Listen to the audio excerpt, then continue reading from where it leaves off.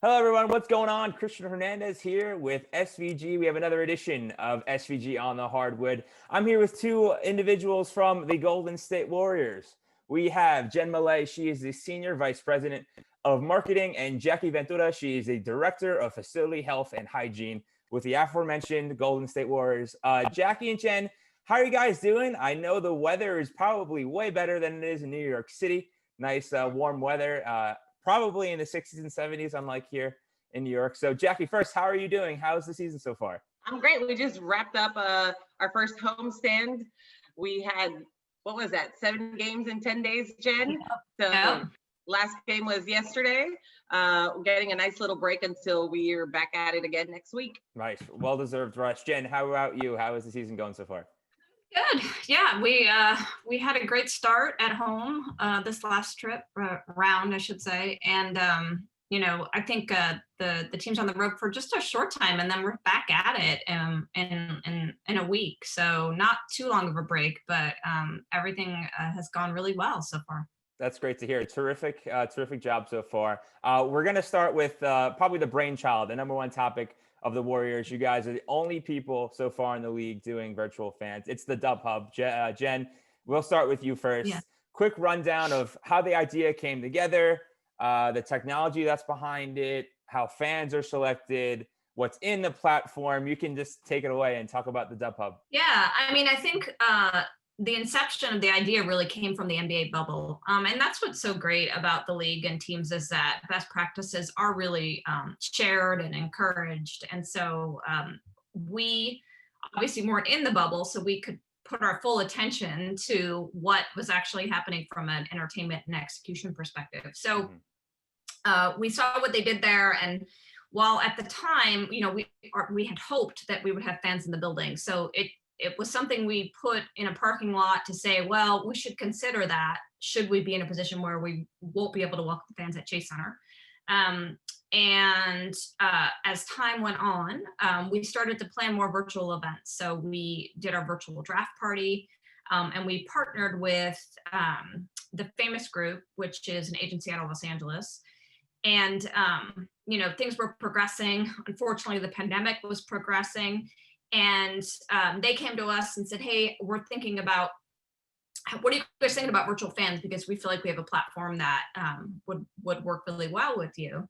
And so that dialogue continued, and we talked about, what functionality we would want within the experience, and how to, really give fans just the insights and really perspective and connection that they're missing.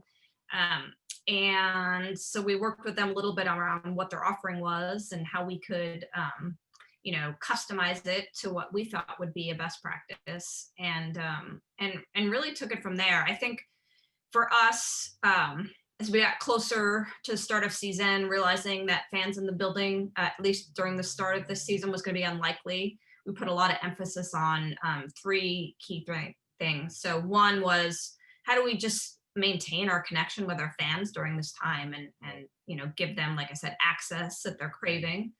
The second was, how do we try and make a best attempt to create a home court advantage for our players? And just as much as, our fans miss players, our players really miss fans. And so how do we let them know that Dub Nation is still here supporting them? And then the third was creating value, for our corporate partners and our sponsors, and sort of giving them a platform and a canvas to have their brand integrate with ours. So that's what the Dub Hub really enabled us to do. I think along with the fans in, along the court side, we also created an experience in the player tunnel as well. And so that we're really excited about. As we have fans lined up on screens in the player tunnel, and they're able to have two-way interactions with the players as they take the court. And so that piece has been really nice because, again, the players can talk to the fans on the screens, the fans can talk back to them. And we've seen that players embrace that more and more during the homestand. They're sort of getting more accustomed to it. So that's been awesome. Okay, so I actually was able to be a part of the Dub Hub against the Clippers. I believe last Friday or one Friday, you guys went on a 29-4 run. You guys made an epic Yeah, that was comeback. a pretty good one. It was absolutely absurd. But as a neutral fan, I'm not a fan of the Warriors, but I actually had a lot of fun. And you guys made it very Yeah. interactive. They were, I don't want to put words in your mouth, Jen, but they were, I believe, 4 different camera angles. There was behind the basket. There was a camera looking at the Dub Hub LED boards in Chase Center. You can look at stats full screen, and then you had the quad view with all 4 views, and you're able to speak and hear and talk with fans if you wanted to. And his name is blanking, but your PA announcer, your hype man, was able to. Finn. Yes, he jumps into the crowd and makes sure you guys are ready to pump up, and with the prompts and all that stuff. It was a great experience. The 2 things that have been really great are what you talked about. So fans' ability to interact with each other. So some fans, when we get a community group in or even a corporate partner group, they know each other and they're able to sort of like watch the game together through all these views and interact.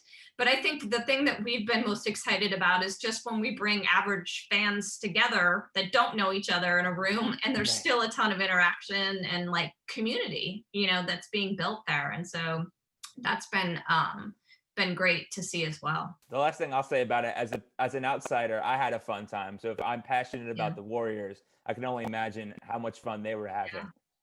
Jen, before we get back to you, I want to ask Jackie the question.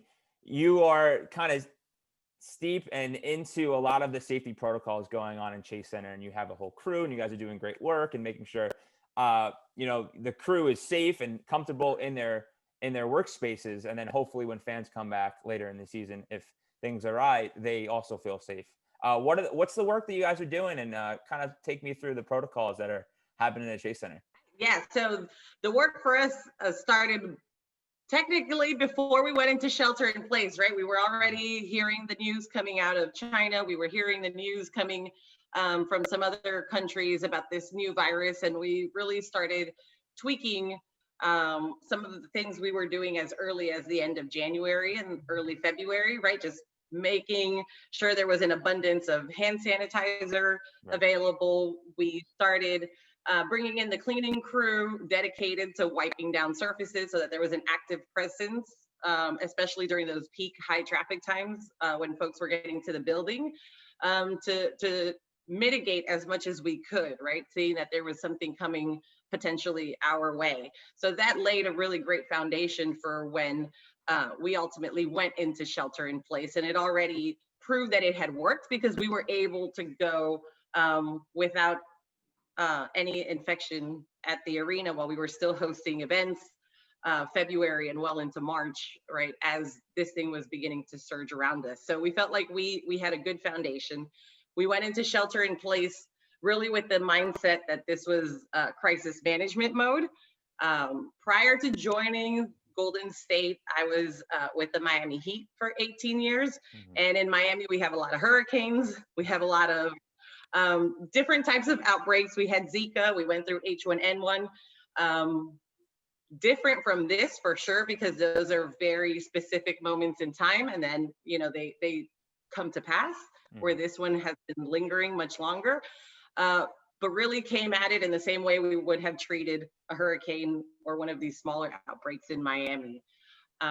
We made sure to align very quickly with our partners at UCSF and our partners at Kaiser Permanente to make sure that we were up to date on the medical guidance, the science behind the virus and behind how to mitigate risk and prevent infection, and really just started learning what was happening, what was going on, and how could we keep everyone safe, right? Because even though we weren't allowed to host events, we still have a building to keep operational. So a lot of our essential staff, from security guards and engineers and maintenance staff, still had to report to work to make sure that the building stayed operational.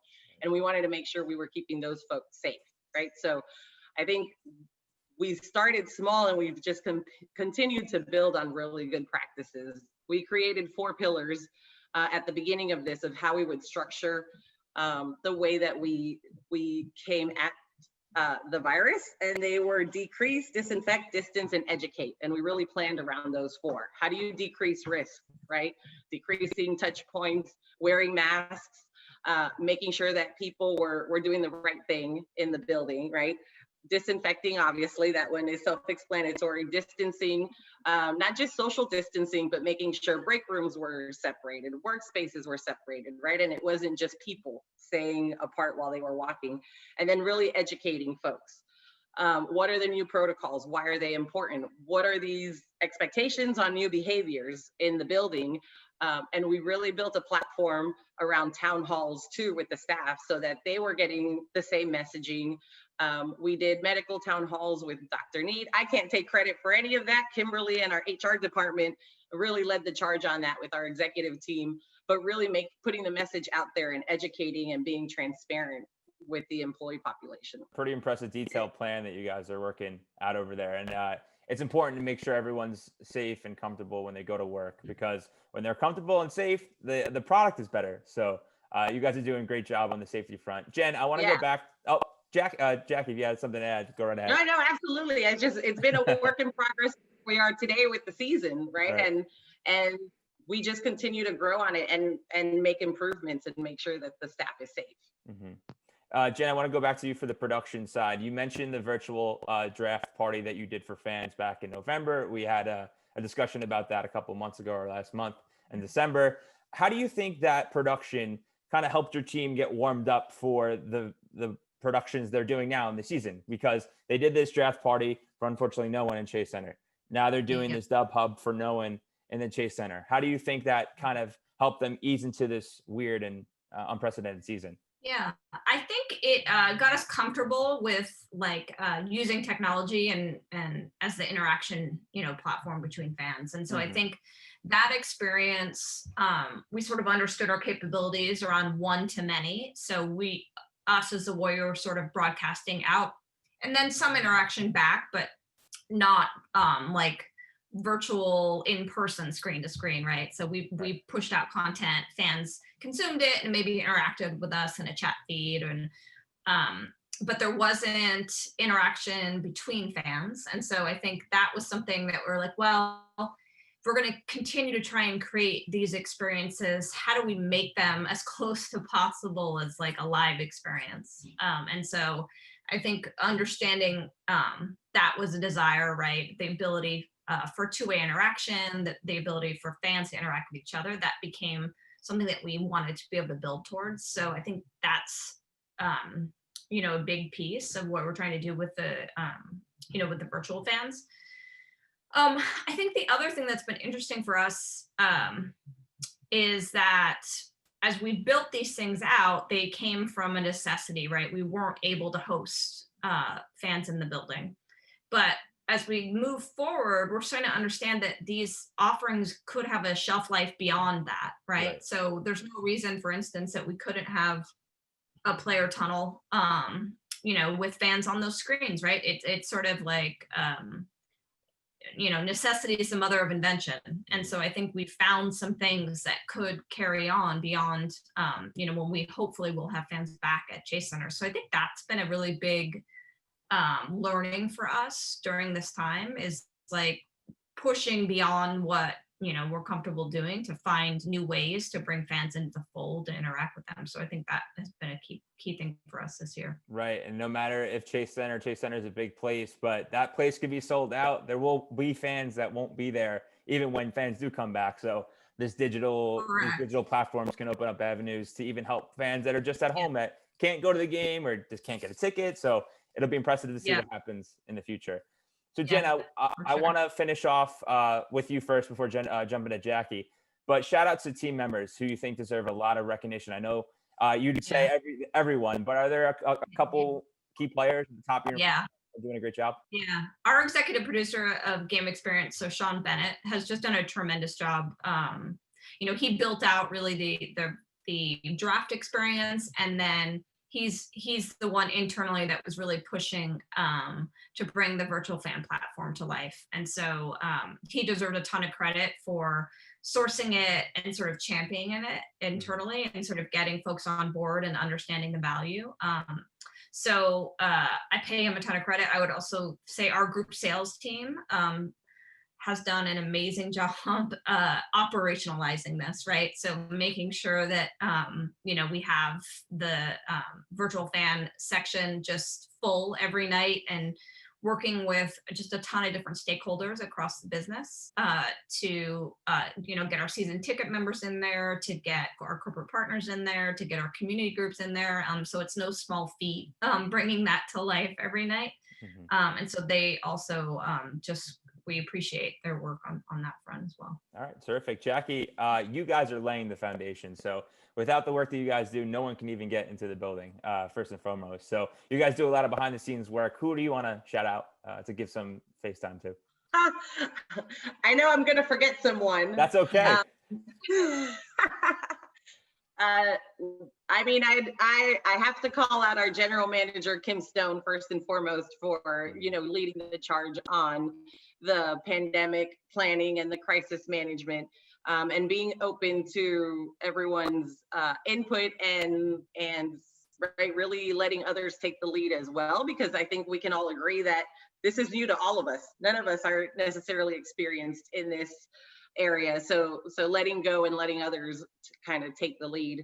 On my team personally, Mario Duran, he's my manager of facility health and hygiene. He's really been hyper focused on making sure that our custodial company and everyone else in the building is trained safely, they're disinfecting correctly, and that they're making sure all of the surfaces and areas that they're working on are clean and safe to use. And then Yo-Yo Chan, our VP of Government Affairs and Community Relations, she's really been making those contacts with the public health officials, with our local regulatory agencies, and making sure that we're all in compliance, we're doing what we need to do, and really like doing the hard work and the hard conversations of not convincing, but making our case heard to the right people so that they can have faith in what we're doing, and making sure that we're aligned with keeping the public safe. Well, I can say resoundingly, round of applause to both of you, because Jackie, you're doing something